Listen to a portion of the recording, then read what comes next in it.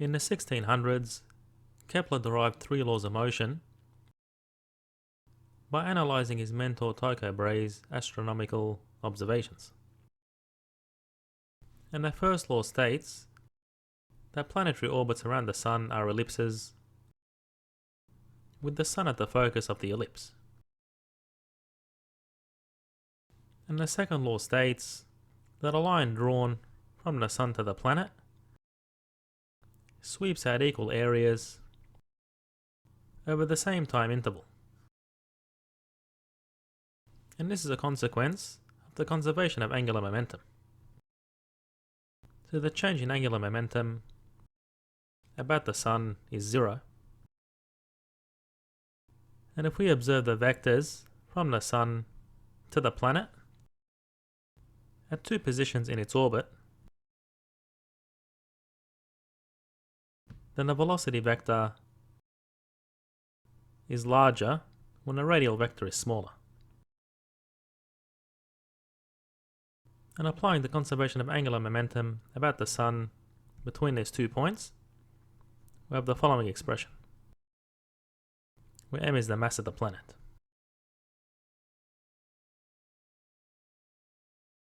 So when the radius is smaller, the velocity is larger, and vice versa. Now the third law states that the square of the period of the orbit is proportional to the cube of the length of the semi-major axes, where their ratio is constant. And this is true for all planets orbiting the same star. Suppose we have a satellite orbiting the Earth along a circular path. Then by Newton's second law, the gravitational force provides the centripetal acceleration,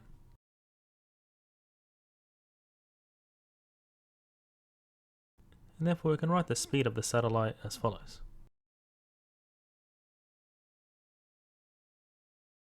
Which is inversely proportional to the square root of the distance r. Now if we consider the period of the satellite's orbit, which is 2 pi on the frequency, and because here we're looking at a circular orbit, the angular frequency is equivalent to the magnitude of the angular velocity, which is related to the speed of the satellite. And therefore, substituting for omega, we get the following expression. And from this, you can substitute for the speed of the orbit into this expression.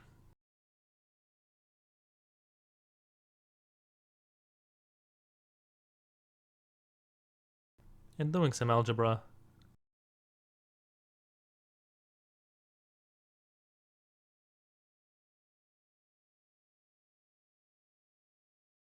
which gives the following result.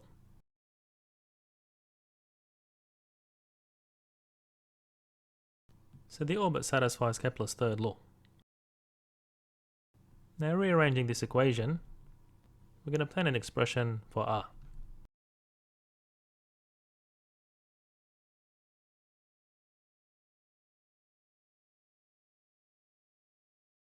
So consider an antenna that we place at the equator. Well, we can ensure that this antenna always faces the satellite by synchronizing the satellite's orbit with the rotation of the Earth, which is what we call a geosynchronous orbit. And we can ensure this by setting the period of the orbit to be the period of rotation of the Earth, which is 24 hours. And then knowing r, we can find the altitude of the satellite above the Earth's surface by subtracting the radius of the Earth. And from r, we can work out the speed of the satellite required to ensure a geosynchronous orbit.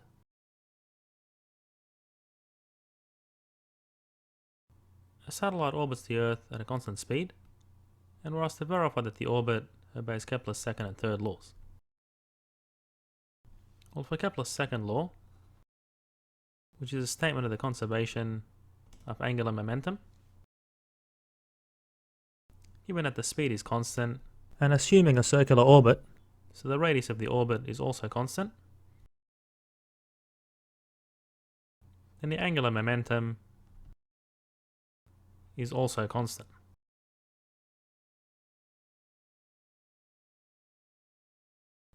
And that's Kepler's second law.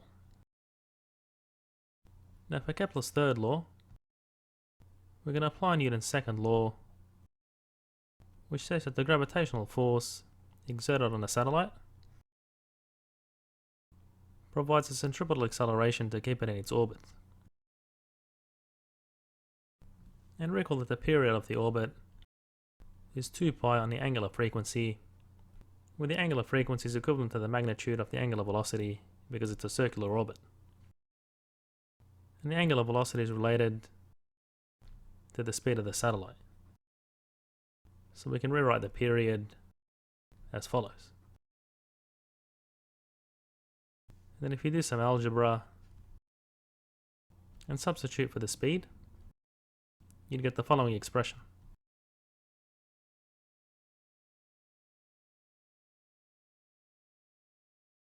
Where me is the mass of the Earth. So given that this ratio is constant, then the orbit obeys Kepler's third law.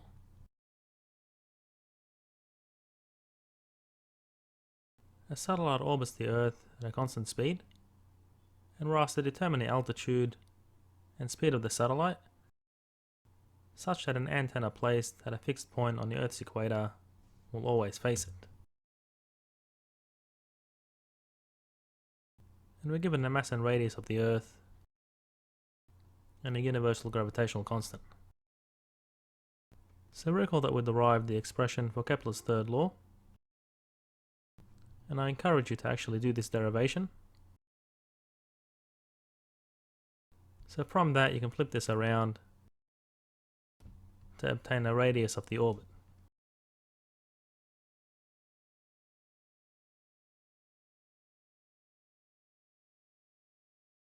And if you set the period of the orbit to be the rotational period of the Earth, where TE is 24 hours by 3600 seconds for the Earth to complete one rotation.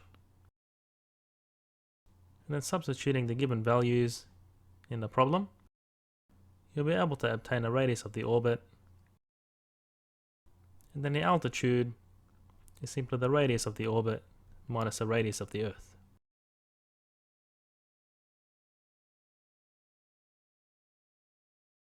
And we've also derived the speed of the satellite using Newton's second law, which I also encourage you to derive. And then with the known radius of the orbit and the given values in the problem, you'll be able to determine the speed of the satellite. So effectively, this speed and altitude will ensure that this antenna always faces this satellite as it's orbiting the Earth, which is what we call a geosynchronous orbit. Here is an example of astronomical data that Kepler used to prove his third law, which states that the ratio of the period squared of an orbit to the cube of the length of the semi-major axes is constant for planets orbiting the same star. So in this case, the planets are orbiting the Sun. And here we have units of days for the period and astronomical units for the lengths of the semi-major axes of the elliptical orbits of the planets, using the Earth as the reference. So one astronomical unit is 150 million kilometers. And Newton would later use these observations to show that the gravitational force is inversely proportional to the square of the radial distance from the planet to the Sun.